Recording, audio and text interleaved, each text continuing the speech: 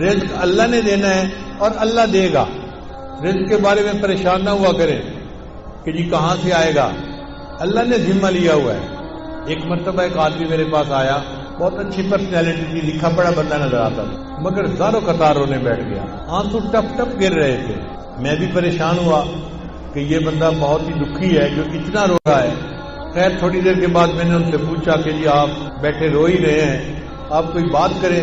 اس نے کہا جی میں ایک گورنمنٹ آفیسر تھا اور ان دنوں گولڈن شیک ہینڈ والی ترتیب چلی تھی کہ گورنمنٹ کہتی تھی کہ جو بندہ اپنی ریٹائرمنٹ لے لے گا ہم اسے منافع بھی دے دیں گے اور وہ پھر کوئی اور کام کر کے اپنی زندگی گزارے. گورنمنٹ کو فائدہ یہ تھا کہ ورکر کم ہو جائیں گے اور ورکر کو فائدہ یہ تھا کہ ایک ہی وقت میں پیسے مل جائیں گے تو مکان خرید لیں گے, بیٹی کی شادی کر لیں گے, یا فلاں کر لیں گے یا فلاں کر لیں گے. وہ کہنے لگا کہ مجھے تقریباً 16 لاکھ روپیہ ملے جو بینیفٹ کے تھے.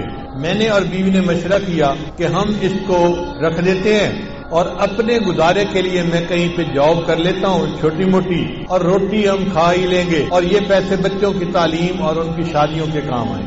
کہنے لگا کہ میرا ایک دوست تھا, میں نے کئی باتوں باتوں میں اس کو بھی بتا بیٹھا کہ مجھے گورنمنٹ سے 16 لاکھ ملے ہیں اور میں نے رکھ دیے ہیں. اب وہ بندہ میرے پیچھے پڑ گیا کہ ایک کاروبار ہے اور بڑا نفع ہے اس میں, بڑا فائدہ ہے اس میں, بڑا فائدہ ہے, اور اگر تم پیسہ لگاؤ تو محنت میں کروں گا اور تمہیں گھر بیٹھے بٹھائے پیسے مل جائیں گے. کہتا ہے کہ مجھے ڈر تھا کہ نہیں, تو میں اس کو نہ کرتا رہا.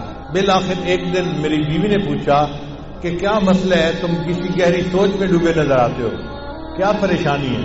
تو میں نے اسے بتا دیا کہ میرا ایک دوست ہے وہ مجھے کاروبار کے لیے کہہ رہا ہے. بیوی نے مشورہ دیا کہ آپ ایسا کریں کہ اس کو 16 لاکھ نہ دیں, اس کو 8 لاکھ دے دیں اور دیکھیں 8 لاکھ کا وہ آپ کو کیا فائدہ دیتا ہے, پتہ چل جائے گا 1 سال میں. تو اگر نقصان ہونا ہوا تو آدھے پیسوں میں ہوگا, پورے پیسوں میں تو نہیں ہوگا نا. کہتا ہے مجھے بات اچھی لگی اور میں نے 8 لاکھ روپے اس بندے کو دے دیا. اس بندے نے کہا تھا جی آپ کو ہر مہینے 25-30 ہزار مل جایا کرے گا. اب ہر مہینے کی پہلی تاریخ کو وہ ہمارے گھر آ کے کیش یا چیک کو دے دیتا. میں نے ایک چھوٹی موٹی جاب شروع کر لی اور ہمارا گزارا بہت اچھا ہو گیا. 25-30 ہزار ادھر سے آ جاتے تھے, باقی ادھر سے مل جاتے تھے اور ہم آرام کی زندگی گزارے. 1 سال پورا اسی طرح گزر گیا. تو میری بیوی نے کہا کہ یہ تو بڑا اچھا کاروبار ہے کہ جس میں اتنے پیسے دینے سے ہمیں ہر مہینے اتنے پیسے مل جاتے ہیں. سال گزرا تو میرے دوست نے کہنا شروع کر دیا کاروبار تو بہت اچھا ہے لیکن ہم نے پیسے تھوڑے لگائے ہیں, اگر اور زیادہ لگا دیں تو اور نفع ہو جائے گا. میں نے بیوی کو بتایا, اس نے کہا ہم نے 1 سال آزمایا ہے, دیکھا ہے شریف آدمی ہے, اچھا آدمی ہے, وعدہ پورا کرتا ہے, تو آپ اس کو باقی بھی پیسے دے دیں. کہتے ہیں میں نے اس کو باقی 8 لاکھ بھی دے دیے. اب باقی 8 لاکھ دینے کی دیر تھی, اس نے تو نگاہیں بدل لی, فون میں بات کرنی چھوڑ دی. میں مصروف ہوں, ابھی کال نہیں لے سکتا, میں بعد میں کال کروں گا, میں یہ کروں گا, میں وہ کروں گا. اور جو ہر مہینے پیسے دیتا تھا وہ بھی اس نے ڈیلے کرنا شروع کر دیے. پہلی تاریخ کے پیسے 10 تاریخ کو دیے, پھر دوسرے مہینے اس نے 20 تاریخ کو پیسے دیے, اور تیسرے مہینے مہینہ ختم ہو گیا اور پیسے دیے ہی نہیں. اب میں نے اسے فون کیا, بھئی آپ ہر مہینے پیسے دیتے تھے تو ہمیں گھر میں خرچے میں تنگی ہو رہی ہے, آپ پیسے نہیں دیے اس مہینے. او جی میں نے آپ سے بات کرنی ہے, میں 2 بندوں کو لا کے آپ سے بات کروں گا. اب بات اس نے کیا کی, اس نے کہا جی کہ مجھے تو کاروبار میں نقصان ہو گیا ہے اور 16 لاکھ کے 16 لاکھ ختم ہو گئے ہیں, تو میرے پاس تو پیسہ ہی نہیں آپ کو دینے کے لیے. اور جو بندے لے کے آیا تھا وہ بھی اسی کے سائز کے تھے, اسی طرح کے. وہ بھی مجھے سمجھانے لگے اور کہنے لگے کاروبار میں لاس بھی ہو جاتا ہے, پروفٹ بھی ہو جاتا ہے. اب آپ نے اگر 1 سال پروفٹ کھایا ہے تو لاس ہو گیا تو لاس کو بھی برداشت کر لو. کہنے لگا میں بڑا پریشان کہ میرے 16 لاکھ روپے ختم ہو گئے. کہتے ہیں اس سے میں مقدمہ تو کر نہیں سکتا تھا, نہ میں لڑ سکتا تھا, وہ لڑائی میں مقدمے میں مجھ سے زیادہ تیز تھا. لیکن مجھے گلٹ تھا اندر ایک میرے صدمہ تھا کہ یہ میرے بچوں کے لیے پیسے تھے, میں اس کو محفوظ رکھتا تو بچوں کی پڑھائی میں کام آتے, بچوں کی شادیوں میں کام آتے, میں نے بچوں کے پیسوں کو ضائع کر دیا، لہذا میں نے خود یہ غلطی کی۔ کہنے لگا کہ اب میرے اندر اتنا گلٹ ہے کہ بس ہر وقت آنسو بہتے رہتے ہیں اور مجھے سمجھ نہیں آتی کہ میں کیا کروں۔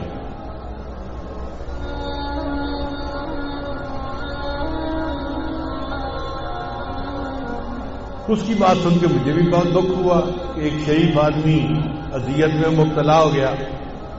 میں نے اسے تسلی دی، پھر تسلی دے کے میں نے اس سے پوچھا کہ مجھے یہ بتائیں کہ آپ کا رزق کہاں پہ ہے؟ کہنے لگا کیا مطلب؟ میں نے کہا آپ کا رزق زمین میں ہے یا آسمانوں میں ہے؟ کہتے جی آپ بتا دیں۔ میں نے کہا اللہ تعالیٰ فرماتے ہیں وَفِي السَّمَاءِ رِزْقُكُمْ، اور تمہارا رزق آسمانوں میں ہے۔ تو جب ہمارا رزق آسمانوں میں ہے تو ہمارا رزق کوئی ہتھیار نہیں سکتا، کوئی چوری نہیں کر سکتا۔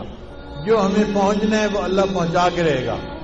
اگر کسی نے پہنچانے میں بدیانتی کی تو اللہ دوسرے ڈاکیے کے ذریعے سے پہنچا دیں گے، کسی اور طریقے سے پہنچا دیں گے۔ اللہ اس پر قادر ہے کہ اس کو پہنچائے۔ اس کو تھوڑا تسلی ہو گئی۔ میں نے کہا کہ دیکھیں آپ کا رزق تھا، اگر کسی نے آپ سے بدیانتی سے لے لیا آپ فکر مت کرو، اللہ آپ کو آپ کا رزق دوبارہ دے دیں گے، آپ پریشان نہ ہو۔ اب اس کا جو رونا تھا وہ بند ہو گیا، ذرا تسلی ہو گئی۔ میں نے اسے بیٹھ کے کلمات بھی پڑھا دیے اور اس کو کہا کہ بس اپنے دل سے معاف کر دو اور یہ عہد کرو کہ یا اللہ اس نے میرے ساتھ بدیانتی کی، میں زندگی بھر کبھی کسی کے ساتھ بدیانتی نہیں کروں گا۔ اس نے یہ بھی وعدہ کر لیا۔ پھر میں نے کہا اچھا یہ بھی میرا وعدہ کرو کہ جب اللہ آپ کو آپ کی ضرورت سے زیادہ پیسہ دیں گے تو آپ زکوٰۃ پابندی سے ادا کریں گے۔ اس نے یہ بھی وعدہ کر لیا۔ لو جی میں نے دعائیں دے کے اس کو رخصت کیا۔ رخصت ہوتے ہوئے مجھ سے پوچھنے لگا حضرت اب میں کیا کروں؟ میں نے کہا کہ بھئی آپ کوئی ایسا کام شروع کریں جو پیسے کے بغیر ہوتا ہے، اللہ برکت دے دیں گے۔ تو ہنس پڑا، حضرت پیسے کے بغیر تو کام کوئی نہیں ہوتا۔ میں نے کہا سوچیں کوئی نہ کوئی کام ایسا نکل آئے گا، چاہے مزدوری کیوں نہ کرنی پڑے۔ لو جی وہ گیا اور اس نے گھر جا کے بیوی کو بتایا۔ اس کی بیوی کا غم بھی ختم ہو گیا کہ ہمیں ہمارا رزق اللہ دے دے گے۔ پھر بیوی نے اس کو مشورہ دیا، ہم دیہات میں رہتے ہیں اور یہاں جو کسان ہوتے ہیں نا یہ کھاد خریدتے ہیں شہر سے، اور ان پڑھ ہونے کی وجہ سے ان کو پتہ ہی نہیں چلتا کہ یہ کھاد کون سی ہے اور کون سی نہیں ہے۔ تو آپ اگر شہر کی کسی کمپنی سے کھاد کی بوریاں کریڈٹ پہ لے کر آئیں اور ان دیہاتیوں کو یہاں بیچ دیں پروفٹ رکھ کے، تو پھر پیسے آپ واپس کر دینا اور کچھ آپ کو نفع مل جائے گا۔ لو جی یہ بندہ کھاد کی کمپنی کے پاس گیا ملتان میں، ان سے بات کی کہ مجھے جی آپ 10 بوریاں دے دیں کریڈٹ پہ، میں آپ کو پیسے مہینے کے اندر واپس کر دوں گا۔ وہ کہے جی ہم تو آپ کو نہیں جانتے، ہم آپ کو کیسے دے دیں؟ یہ کہے جی میرے کاغذات دیکھو، میں اتنا آفیسر تھا گورنمنٹ کے اندر، یہ بھی مجھے جانتا ہے، یہ بھی جانتا ہے، یہ بھی جانتا ہے۔ وہ کہیں کہ بھئی ہمیں تو شکل صورت سے بھی نظر آتا ہے کہ تم آفیسر رینک کے پڑھے لکھے بندے ہو، لیکن ہم بغیر پیسے کے کیسے اپنا مال دے دیں؟ ہم نہیں دے سکتے۔ اب یہ بیچارہ روز جائے اور روز ان کی منت سماجت کرے کہ آپ لوگ میرا کام شروع کروا دیں۔ جو مینیجر تھا نا وہاں کا وہ ذرا رحم دل بندہ تھا، اس کو رحم آ گیا۔ ایک دن وہ کہنے لگا دفتر والوں کو کہ بھائی اس کو 10 بوری کریڈٹ دے دو اور گارنٹی میری ڈال دو، اگر اس نے پیسے نہ بھی دیے تو 10 بوری کے پیسے میں ادا کر دوں گا کہ چلو مجھ سے غلطی ہوئی، لیکن اب اس بندے کو 10 بوری دے دو۔ اس بندے کو 10 بوری مل گئی، یہ لے آیا، اس نے آ کے کسانوں کو بیچی، ہر بوری پہ 50-50 روپیہ اس نے نفع رکھ لیا، تو 10 بوری کا اس کو اچھا بھلا فائدہ ہو گیا۔ چنانچہ پھر یہ 10 کی جگہ 20 بوری لینے لگ گیا، پھر 30 بوری لینے لگ گیا، پھر 50 بوری کرتے کرتے ایک وقت آیا کہ کمپنی والوں نے کہا جی ہم آپ کو پورا ٹرک کریڈٹ پہ دے دیتے ہیں۔ اب اس نے کریڈٹ پہ ٹرک لیا اور لوگوں کو تقسیم کی کھاد اور ان سے پیسے لے کے واپس دے دیے۔ پھر 1 ٹرک سے 2 ٹرک اور 3 ٹرک اور ٹرکوں میں کام شروع ہو گیا۔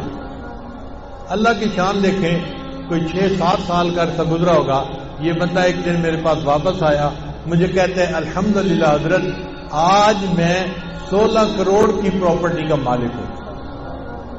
16 لاکھ اس کے ضائع ہوئے تھے، اللہ پہ توکل کی، اللہ نے برکت رزق میں ایسی دی کہ 16 کروڑ کی پراپرٹی کا وہ مالک بنے۔ تو ہم کیوں اس معاملے میں شک میں پڑے یا اپنے دل میں حرام لگائیں؟ دل میں تسلی رکھیں، اللہ نے جو ہمیں دیا ہے وہ اللہ نے ہمیں پہنچا کے رہنا ہے۔ جب اللہ نے پہنچا کے رہنا ہے تو ہم حرام کی طرف کیوں ہاتھ بڑھائیں؟ اس لیے جو چیز شک میں ڈالے اس کو چھوڑ کے اس طرف آ جاؤ جو چیز شک میں نہیں ڈالتی۔ اللہ تعالی ہمیں ایسے صاف پاک معاملات کرنے کی توفیق عطا فرمائے۔